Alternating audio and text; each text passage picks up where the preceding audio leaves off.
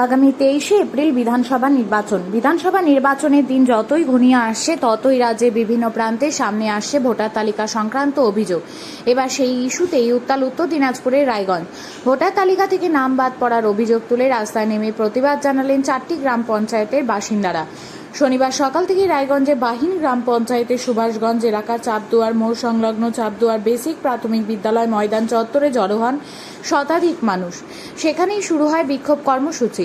বিক্ষোভকারীদের অভিযোগ, তাদের অনেকের নাম 2002 সালে ভোটার তালিকায় অন্তর্ভুক্ত ছিল। শুধু তাই নয়, প্রজন্মের পর প্রজন্ম ধরে তারা এই এলাকায় বসবাস করে আসছেন, অথচ সাম্প্রতিক সংশোধিত এই তালিকায় তাদের নাম হঠাৎ করেই বাদ পড়েছে। ঘটনায় চরম উদ্বেগে পড়েছেন সাধারণ মানুষ। অনেকেই জানাচ্ছেন, ভোটার তালিকা থেকে নাম বাদ যাওয়ার ফলে তাদের নাগরিকত্ব নিয়েই তৈরি হয়েছে অনিশ্চয়তা। ভোটাধিকার হারানোর পাশাপাশি আশঙ্কার ভবিষ্যতে সরকারি পরিষেবা পাওয়া নিয়েও দুশ্চিন্তা বাড়ছে। বিক্ষোভকারীদের আরও অভিযোগ, বিষয়টি নিয়ে সংশ্লিষ্ট বুথ লেভেল অফিসার কিংবা অ্যাসিস্ট্যান্ট ইলেকটোরাল রেজিস্ট্রেশন অফিসারদের সঙ্গে যোগাযোগ করা হলেও তারা স্পষ্ট কোনো উত্তর দিতে পারছেন না। ফলে সমস্যার সমাধান তো দূরের কথা, কোথায় অভিযোগ জানাতে হবে তা নিয়েও তৈরি হয়েছে বিভ্রান্তি।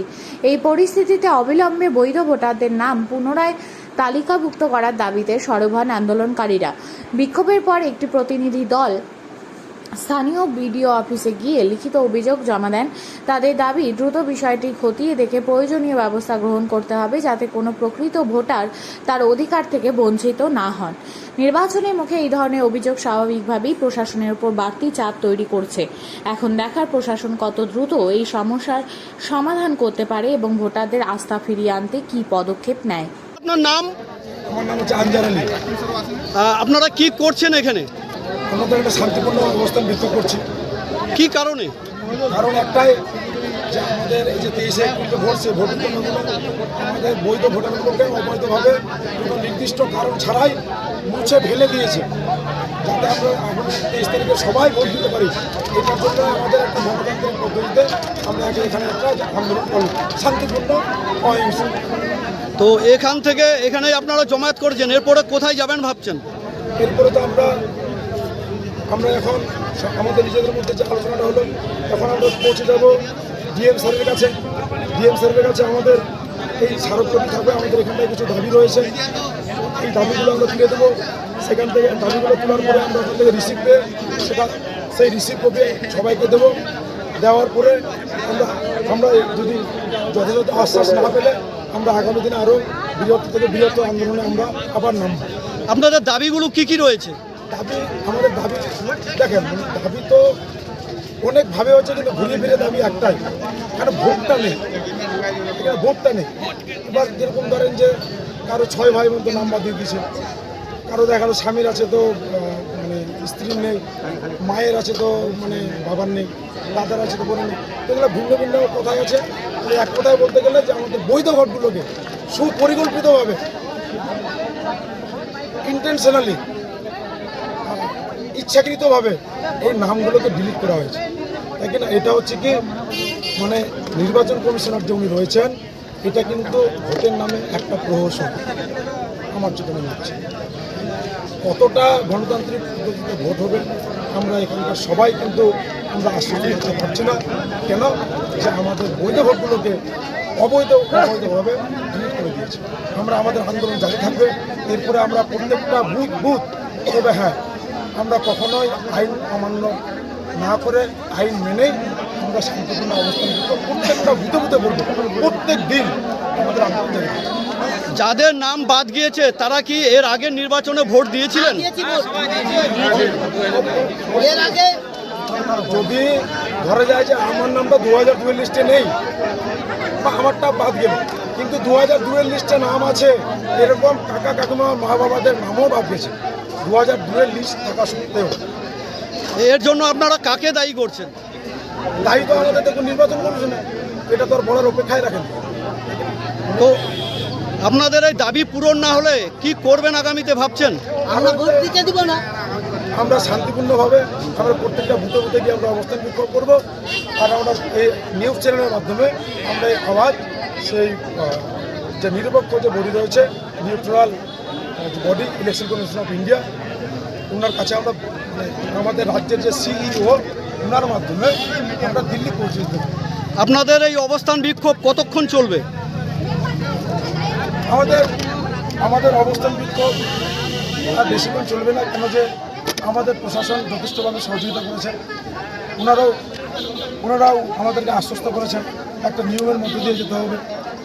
এবার হচ্ছে আমরা 10 জনের প্রতিনিধি, এখন আমরা এখান থেকে আমরা ডিএম স্যারকে আমাদের যে দাবিসমূহ স্যারের প্রতি জমা দেওয়ার জন্য আমরা কিছুক্ষণের মধ্যে আমরা বেরিয়ে পড়ব। দাদা, আপনার নাম? এখানে জমায়েত কি কারণে? কারণ একটাই, আপনারা জানেন যে পুরো রাজ্যে আমরা এখন ভুক্তভোগী একটা বিষয় নিয়ে, ওই এসআইআর এবং ডি ভোটার। ইলেকশন কমিশনার যখন আমাদের পশ্চিমবাংলায় বলেছিল এসআইআর শুরু করবে, তখন কিছু নিয়ম বলেছিলেন। 2002 সালে যাদের লিস্টে নাম থাকবে তাদের নাম লিস্টে থাকবে, নাম কাটা হবে না। এবং এটাও বলেছিল 2002 সালের পরে যারা মা বাবার সঙ্গে লিঙ্ক দেখাতে হবে তাদেরও নাম থাকবে। কিন্তু যখন আমাদের রাজ্যে শেষ পর্যায়ে যখন ইলেকশনের ডেট ডিক্লারেশন করলেন ইলেকশন কমিশন, শেষ পর্যায়ে আমরা দেখতে পেলাম যে অনেক মানুষ থেকে ডিভোটার এবং ডিলিট করে দিয়েছে। আমরা জীবিত আছি। আগে আমরা জানতাম যে একটা মানুষ মারা গেলে তাকে ডিভোটার বলা হতো, কিন্তু আমরা জীবিত দাঁড়িয়ে আছি এই জায়গায়, আমরা বলে ডিলিট। আমারও নাম ডিলিট বলছে, কিন্তু আমি দেখেন আপনাদের সামনে দাঁড়িয়ে আছি। তাহলে এই হচ্ছে আমাদের এই আন্দোলনের জন্য আমরা জীবিত থাকার পরেও আমাদের কেন ডিলিট কেন বলা হচ্ছে? এই দাবিতেই যাতে আমাদের নাম যাচাই করুন। ইলেকশন কমিশন যেগুলো ডকুমেন্টস চাচ্ছে আমরা দিচ্ছি। তো আমার বাড়িতে যদি ডিলিট হতো সবাই হতো। আমাদের বাড়িতে 14টা ভোট, 14টার মধ্যে খালি 2টো খালি ভোটের লিস্টে এসে বৈধ, আর বাকি আমরা 12টা ভোট হয়ে গেলাম অবৈধ, একই বাপেরই সন্তান। তাহলে আমরা এই দাবিতেই আজকে আমরা এখানটায় পদবদ্ধ করেছি। আর একটা আমরা জানি, যেটা সুপ্রিম কোর্ট নির্দেশ অনুযায়ী কারো নাম যদি ভোট তালিকা থেকে বাদ দেয়, তার আগে কিন্তু বাধ্যতামূলক জানানোর, কিন্তু আমাদের কাছে কোনো নোটিশ নেই। আমাদের নাম কী কারণে বাদ দিল সেটা আজ পর্যন্ত আমরা জানলাম। কতগুলো বুথ আছে আপনাদের এলাকায়? আমাদের তো দেখুন, আমরা এখানে বুথ খালি না, আমরা অঞ্চল ওয়াইজ আছি। এখানে আছে 7 নম্বর, 8 নম্বর, 9 নম্বর, 10 নম্বর, 11 নম্বর, মানে সব একটা আমাদের যেগুলো 14টা অঞ্চল আছে, আমরা সব লোক এখানে জমা দিয়েছি। সব মিলিয়ে এই অঞ্চলের কতজনের নাম বাদ গিয়েছে? অঞ্চল ওয়াইজ তো আমি ওটা কালেক্ট করিনি, কিন্তু আমার বুথে কয়েকটা বুথ আমার জানা আছে।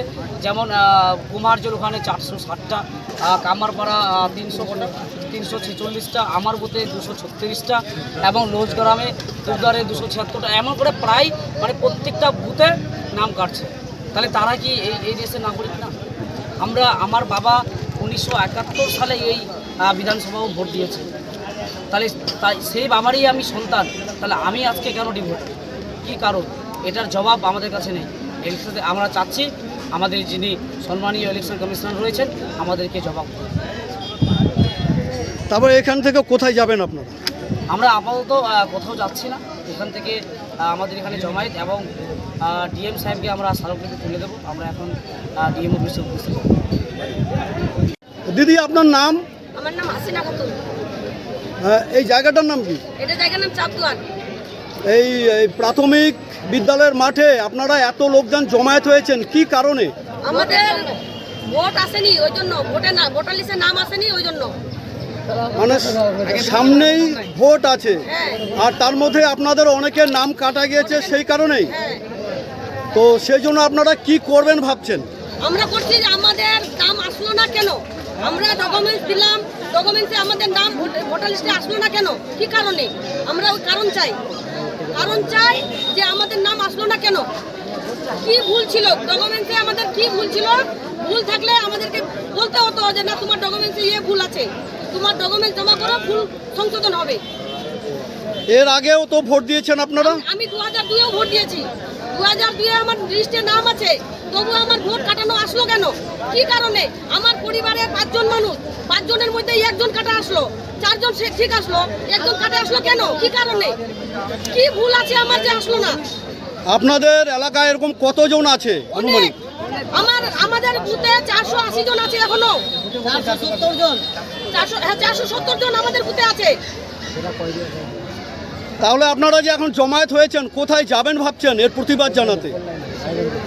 আমরা যাচ্ছি যে আমরা টাকা জাম করবো আজকে শিলিগুড়ি মোড়ে, ফোন লাইনে, সব জায়গায় যাই।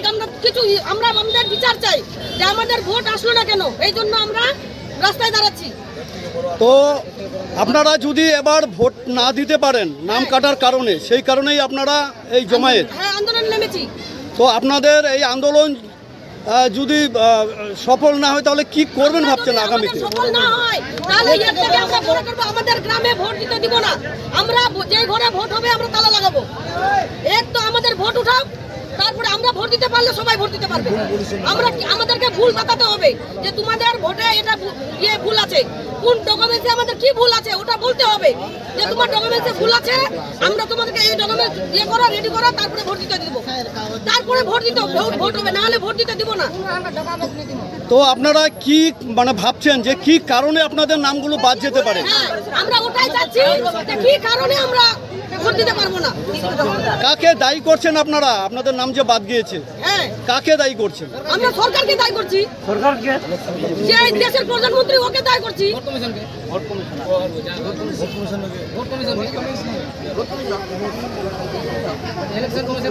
ইলেকশন কমিশনকে তো বিয়ে করছি, দায়ী করছি আমি যে আমাদের ভোটটা কাটা গেল কি কারণে, আমি কারণ চাই। যেটা সঠিক ডকুমেন্টস লাগবে ওই ইয়েতে যেন আমরা ভোট দিতে পারি, ওইটার আমরা ইয়ে চাই, বিচার চাই। তাহলে এর থেকে বড় আন্দোলন হবে।